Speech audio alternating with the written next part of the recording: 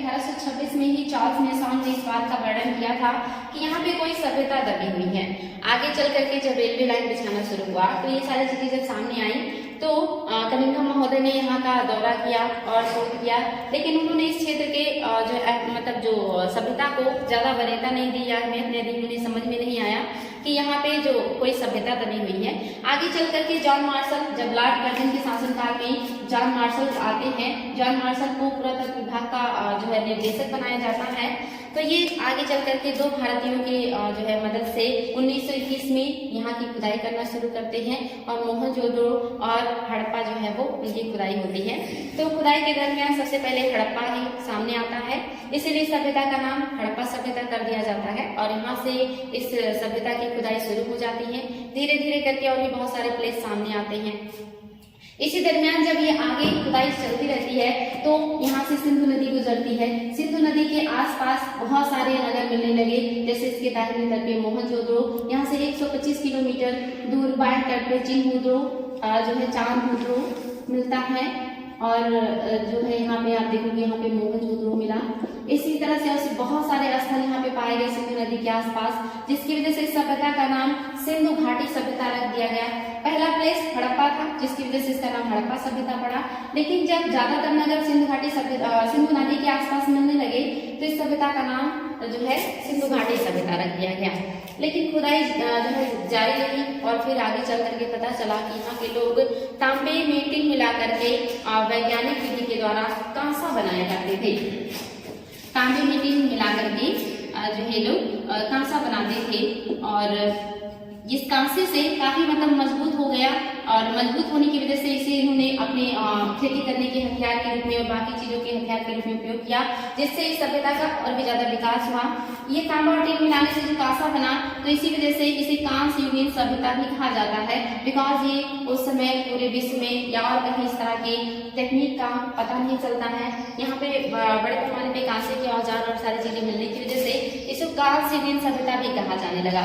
लेकिन आगे चल करके जब यहाँ पे और भी ज्यादा खुदाई हुई तो बहुत सारे नगर और महानगर सामने आने लगे और पता चला कि ये सभ्यता तो बहुत ज्यादा नगरीकृत भी है, बहुत उन्नत किस्म के यहाँ के नगर हैं। तो इस सभ्यता का नाम फिर नगरीय सभ्यता भी पड़ गया। लेकिन अभी भी खुदाई जारी रही और खुदाई के दरमियान यहाँ हरियाणा में हरियाणा का क्षेत्र और जो आपका राजस्थान का क्षेत्र है, इन क्षेत्रों में आप देखोगे कि एक घग्गर नदी नाम की नदी बहती है, जिसको प्राचीन काल में सरस्वती नदी कहा जाता था और ये वर्तमान में विलुप्त मानी जाती है। इसके किनारे बहुत सारे स्थल सामने आए, जैसे बनावली, कालीबंगा, ये सब घग्गर नदी के किनारे थे।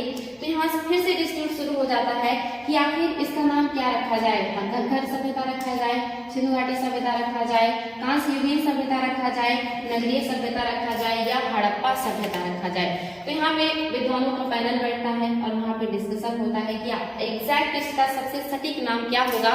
तो वहाँ पे डिस्कशन के बाद जो है लोग निष्कर्ष निकालते हैं कि जिस स्थल से इस सभ्यता की पहचान हुई, जिस स्थल से ये सभ्यता जो है प्रकाश में आया है, जिसका नाम हड़प्पा है, यही इसका सबसे सटीक नाम होना चाहिए।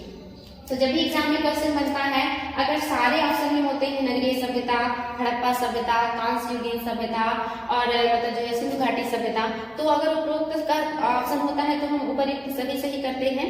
लेकिन अगर सभी का ऑप्शन नहीं है, सिर्फ 4 ऑप्शन है और उसमें से पूछता है कि सबसे सटीक नाम क्या होगा सिंधु घाटी सभ्यता का, तो हम हड़प्पा सभ्यता को ही सही करेंगे, क्योंकि इसी से ये सभ्यता जो है सामने आई थी और इसका सभ्यता का पहचान हुआ था।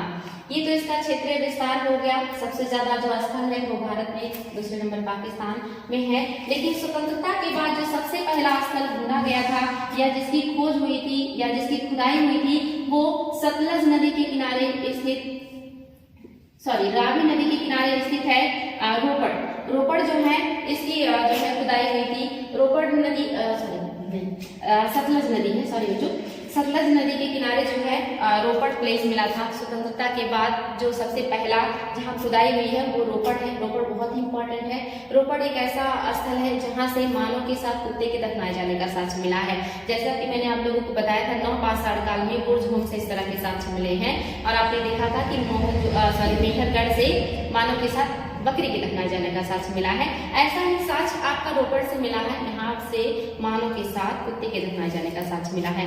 ये 2 पॉइंट बहुत इंपॉर्टेंट है। एक तो स्वतंत्रता के बाद सबसे पहले इसी स्थल की खुदाई हुई थी, दूसरा यहाँ से मानव के साथ कुत्ते के दफनाए जाने का साक्ष्य मिला है, तीसरा यहाँ से कई कालों के मृदभांड मिले हैं, जैसे सिंधु घाटी सभ्यता के भी मिले हैं, इसके अलावा कुषाण काल के भी मिले हैं, इसके अलावा गुप्त काल और मध्यकाल के भी यहाँ से मृदभांड पाए जाते हैं। इसलिए ये 3 पॉइंट यहाँ के बहुत ही इंपॉर्टेंट हैं और ये सतलज नदी के किनारे पंजाब में है। ठीक है, हड़प्पा तो आपका रावी नदी के किनारे है, ये भी पंजाब में है, लेकिन पाकिस्तान वाले पंजाब में है, और जो आपका ये रोपड़ है ये इंडिया में है और ये सतलज नदी के किनारे है।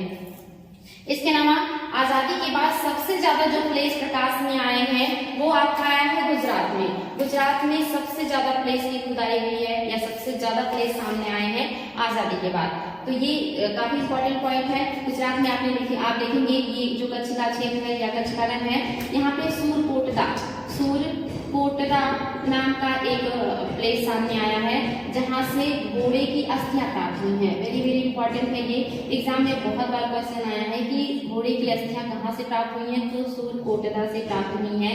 और इसके अलावा एक और भी प्लेस यहाँ पे धौलावीरा है, धौलावीरा, ये धौलावीरा भी बहुत ही इंपॉर्टेंट है बिकॉज यहाँ से जो नगर है वो 3 भागों में बटे हुए हैं। मैंने आपको बताया था कि सिंधु घाटी सभ्यता के जो ज्यादातर नगर है वो 2 भागों में बटे हैं, एक है पश्चिमी टीला और दूसरा है पूर्वी टीला। ये जैसे मान लीजिए ये नगर है सिंधु घाटी सभ्यता का, तो एक तो पश्चिमी टीला है जो अपेक्षाकृत ऊंचाई पे है, और दूसरा जो है वो पूर्वी टीला है जो थोड़ा सा नीचे है और जो है निचले नगर में है, और इसका एरिया जो है वो थोड़ा बड़ा है, यानी कि ब्रॉड है और नीचे है, ये थोड़ा छोटा है और थोड़ी ऊंचाई पे है। इसको जो है दुर्गीकृत किया गया है, यानी कि इसको घेरा गया है, और ये जो है ये दुर्गीकृत मोस्टली नहीं मिलता है, लेकिन कुछ ऐसे आपवादिक नगर भी हैं सिंधु घाटी सभ्यता में, जैसे आप देखोगे जो है कालीबंगा जो है, कालीबंगा में जो नगर है वो 2 भागों में बटे हैं, यानी कि पूर्वी टीला और पश्चिमी टीला, और दोनों को दुर्गीकृत किया गया है। ये अपवाद है और क्वेश्चन में आता है, बार बार एग्जाम में आता है। और जो दूसरा है चिन्ह या चांद बुद्रो में इम्पोर्टेंट है कि इसका 2 टीला तो बना है, यानी कि नगर 2 भागों में तो बटा है, लेकिन एक भी दुर्गीकृत नहीं है, इसका दोनों जो भाग है वो अनावृत है, यानी कि उसको घेरा नहीं गया है। एक आपका लोथल है जो आपका ये बंदरगाह नगर है, यहाँ का जो नगर है ये 2 भागों में तो बटा है, यानी कि पूर्वी पश्चिमी, लेकिन इसके दोनों भाग को एक ही दुर्ग के अंदर घेर दिया गया है, यानी कि एक ही बाउंड्री वॉल के अंतर्गत ये दोनों क्षेत्र आ जाते हैं। जो धौलावीरा है ये ज्यादा इंपॉर्टेंट क्यों है, एग्जाम में बहुत ज्यादा क्वेश्चन पूछता है। यहाँ का जो नगर है ये 3 भागों में बटा है, पश्चिमी, मध्य और पूर्वी, और इसके तीनों को बाउंड्री वॉल से घेरा गया है, यानी कि तीनों को दुर्गीकृत किया गया है। और इसके बीच वाले भाग में स्टेडियम का साक्ष्य मिला है, यहाँ से स्टेडियम का साक्ष्य मिला है।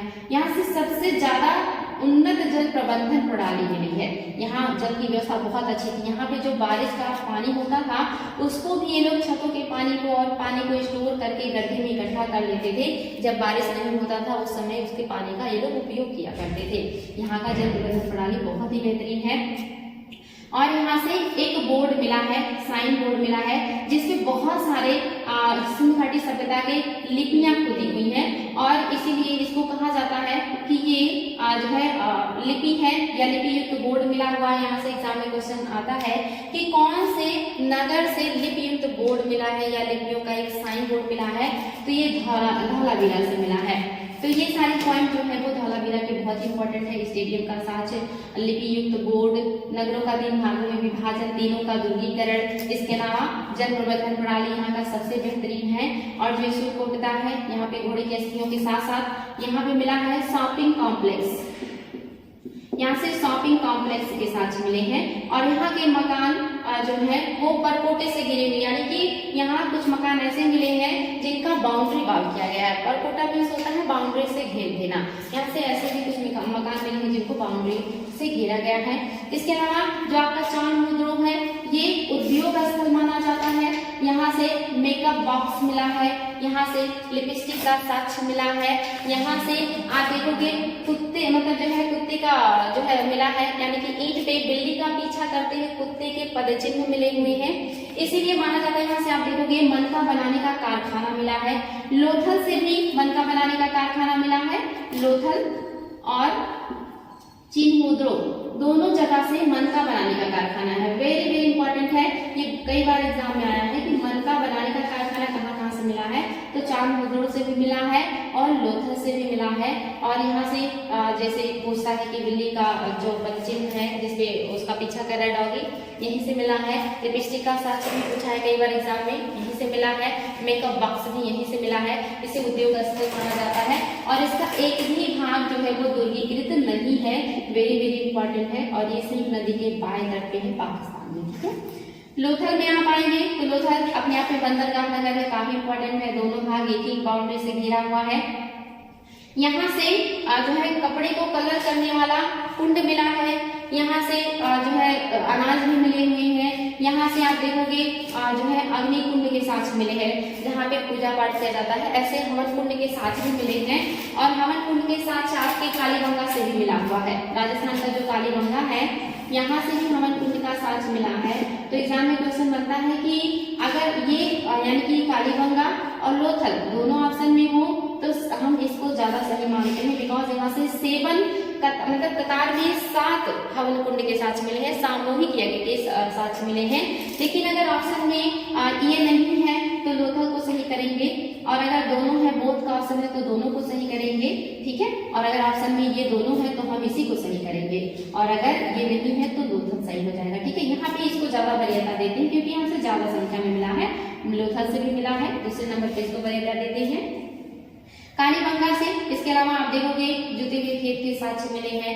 यहाँ पे जो कृषि करने की वैज्ञानिक पद्धति का इन्होंने उपयोग किया है, यानी कि जुताई इन्होंने ऐसे ऐसे किया है और इसके बाद इसको और बारीक करने के लिए मिट्टी को ऐसे भी जुताई किया है।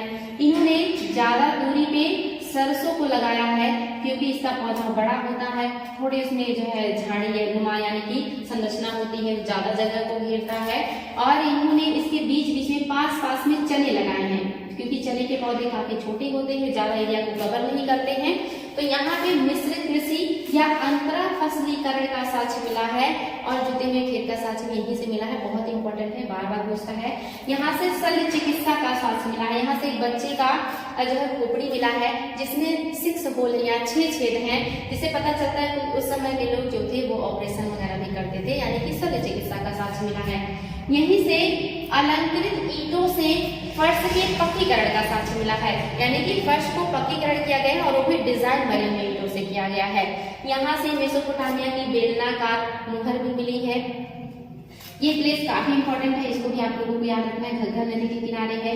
इसको कालीबंगा क्यों कहते हैं, बिकॉज यहाँ से काले रंग की चूड़ियां मिली हुई है, इसलिए ज्यादा इंपॉर्टेंट है। यहाँ से एक लकड़ी का पाइप मिला है जो घर से पानी निकालने के लिए उपयोग में लाया गया था।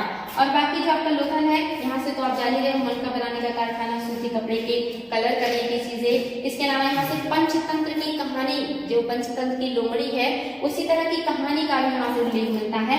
यहाँ से मृदभांड भी मिला है। मृदभांड पीस होता है मिट्टी का बर्तन, उस पे आप देखोगे पंचतंत्र की चालाक लोमड़ी की कहानी का दृश्य मिला है जो बहुत ही इंपॉर्टेंट है, एग्जाम में आ चुका है ये।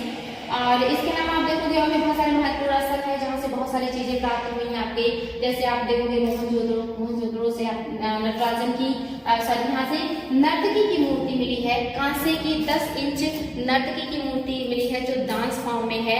यहाँ से ईंट बनाने के भट्ठे का साक्ष्य मिला है। यहाँ से मलेरिया से लोगों की मृत्यु होने का साक्ष्य मिला है। यहाँ से सबसे ज्यादा संख्या में मुहरें पाई गई हैं और ये सिंध नदी के किनारे पाकिस्तान में है। यहाँ से ऐसे बहुत सारे और भी इंपॉर्टेंट चीजें हैं जो आगे आपको बताएंगे। जो आपका हड़प्पा है जो भी पाकिस्तान के पंजाब वाले प्रांत में पड़ता है, रावी नदी के किनारे बाएं तट पे है।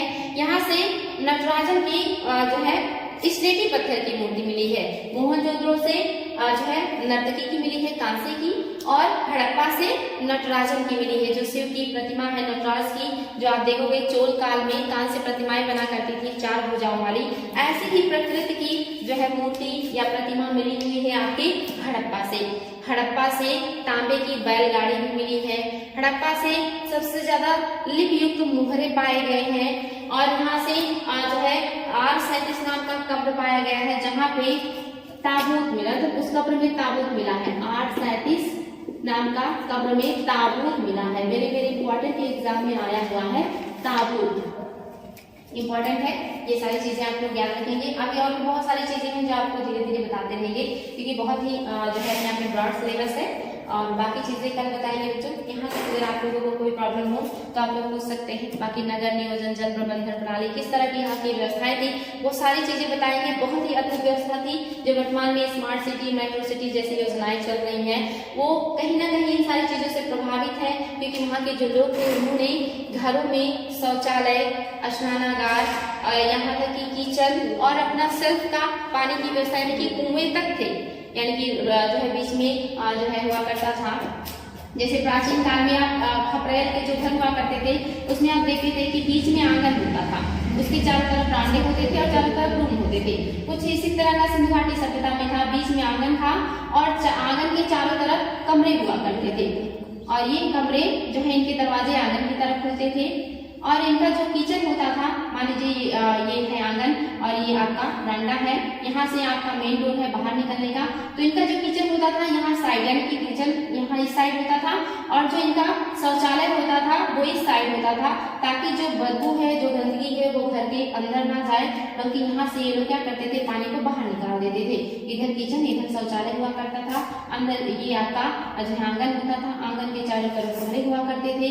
मकान 1 से 2 मंजिले और या उससे भी ज्यादा हो सकते थे, बिकॉज यहाँ पे जो है ऊपर जाने के लिए सीढ़ियों के साक्ष्य मिले हैं, यानी कि आप ऊपर अगले मंजिल पे जा सकते हैं, इस तरह की सीढ़ियों के साक्ष्य मिले हैं।